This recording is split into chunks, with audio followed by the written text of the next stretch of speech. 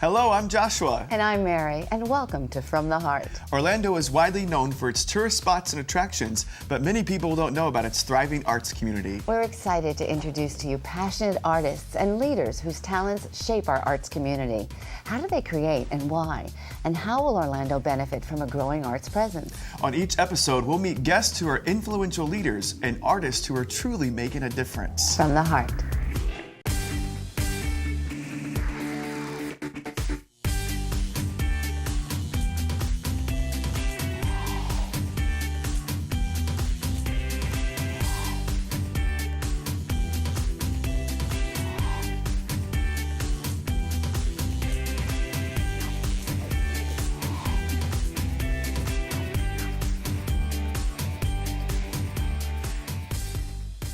Hello, everyone. Welcome to From the Heart. I'm Joshua. And I'm Mary. And we're excited to bring to you all that's new and good when it comes to the arts in Central Florida. Today, we're speaking with marketing communications expert and founder of the Orlando chapter of Pecha Kucha, Eddie Selover. We look forward to hearing what exactly goes into Pecha Kucha. Welcome, Eddie. Yeah, welcome. Thank you very much. Great to be here. Great. Eddie, we're probably imagining right now everyone is out there thinking, Pecha what? Pecha What is Pecha Kucha? Well, very briefly, Pecha Kucha is a performance art that has a format to it, 20 slides in PowerPoint, and the presenter has 20 seconds per slide. The slides advance automatically on the computer. The presenter has no control over that, and so their presentation lasts exactly 6 minutes and 40 seconds, and then they're done.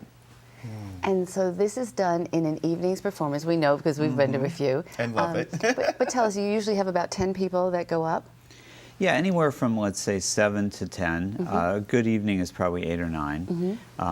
And it lasts about 1 hour, the actual presentations. And the evening itself is about 3 hours long because we like to do mingling before and after.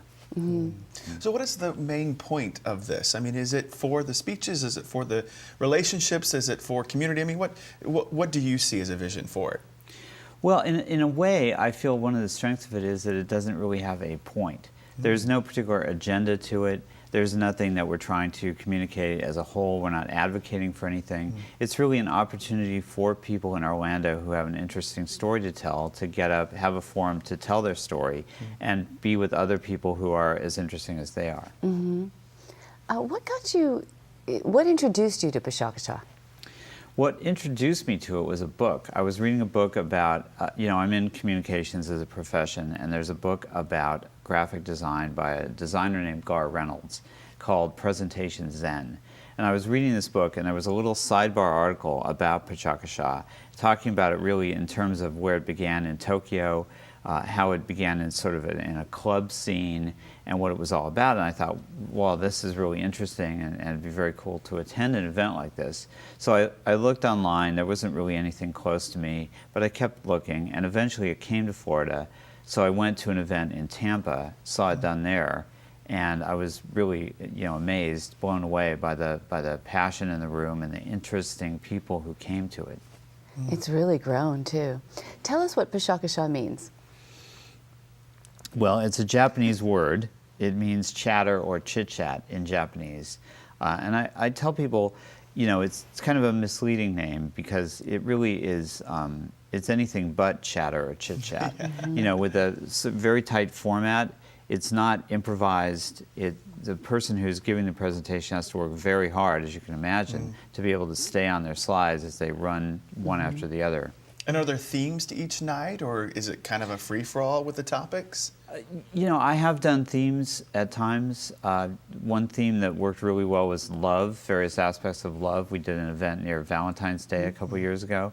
I've done a movie theme night, a couple of other themes. The luck was a theme one time.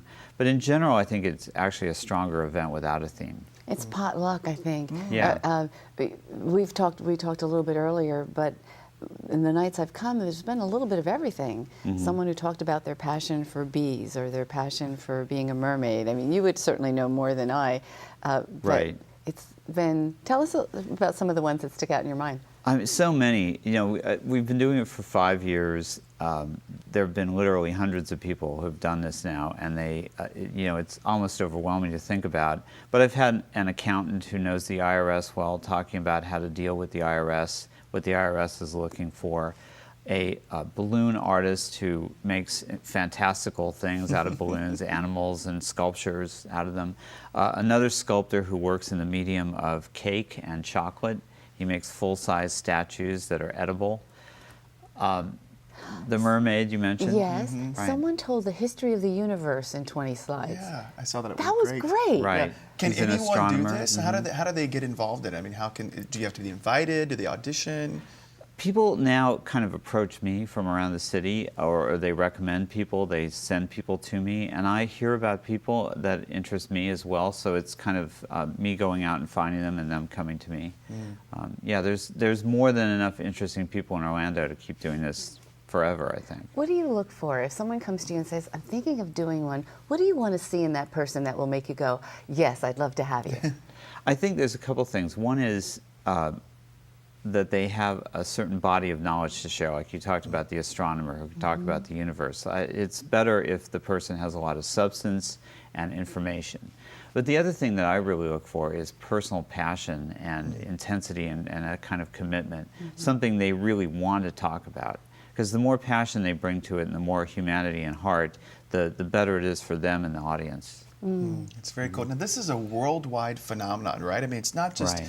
in America. You said it started in Tokyo. What are some other major cities that have a chapter? It started in Tokyo in 2003, I believe, and they do it in a nightclub. They do it every month, and it spread to San Francisco from there, and then to other cities. And each year they add more and more. It kind of grows exponentially. Now it's in 850 some odd cities around the world. That's incredible. Virtually every major city in the And world. it grew so quickly. You said 2003. I just Right. thought that it had been around much Right. longer than that.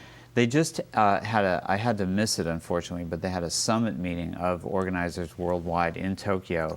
People came from, Yemen, London, everywhere. So There was that's one very night exciting when they too. had live feed and they all acknowledged you and said, "Welcome, Orlando." It was Yeah. there was a celebration of something that night. Do you remember what? What they do now every year in February is they celebrate the anniversary of Pecha Kucha Night with something they call Global Night, where they have a live feed, like Yeah. you said, all around the world, and they kind of stage it by time zone.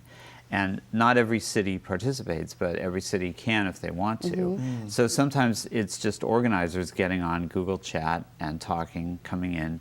So that's a cool event. We participated in that one time, and I guess you were there at that night. Yeah. It was a little hard to hear, was the only problem. But you our could see room all the was- energy there. It Yeah, it was great. Why is it important for Orlando to have a chapter? What do you think that brings to our city? I'm not 100% sure what it brings to the city. I think that the beginning of it in 2010 was kind of coincidental with some sort of renaissance that really began happening around that same time. That was the beginning of the food truck scene, where restaurants began to get a little more adventurous and a little less corporate. It seems like a whole bunch of really interesting things all kind of sprouted up around the same time. And all sort of centering around community, because you think of the food trucks that brings people together, that talk about the food, and Pecha Kucha, well, the eclectic group you get there, professorial students, Right. day workers, artists, business people. I mean, there's every True nationality. community, Yeah, Yeah. a real cross-section. Yeah, that's one of the big strengths of it, is that it is a cross-section, and it's very inclusive, and it's very, I guess you would say, kind of non-judgmental. And it differs maybe from a lot of public speaking events in that I don't do a lot of communicating to the audience what they're going to hear. I kind of bring the presenters up one after the other, let them do their thing, and the audience is kind of surprised. They don't really know what's coming next. And that element of surprise is a really nice thing too. Well, speaking of elements of surprise and what's coming next. Are you going to surprise me? Exactly. And our know. guests at home. I'm not even going to tell you what's coming next, except it's more of you. So hang with us. Thank you for being here. Sure. We're going to be back with Eddie Selover, and I'm not going to tell you what's coming next because it's the element of surprise from the heart.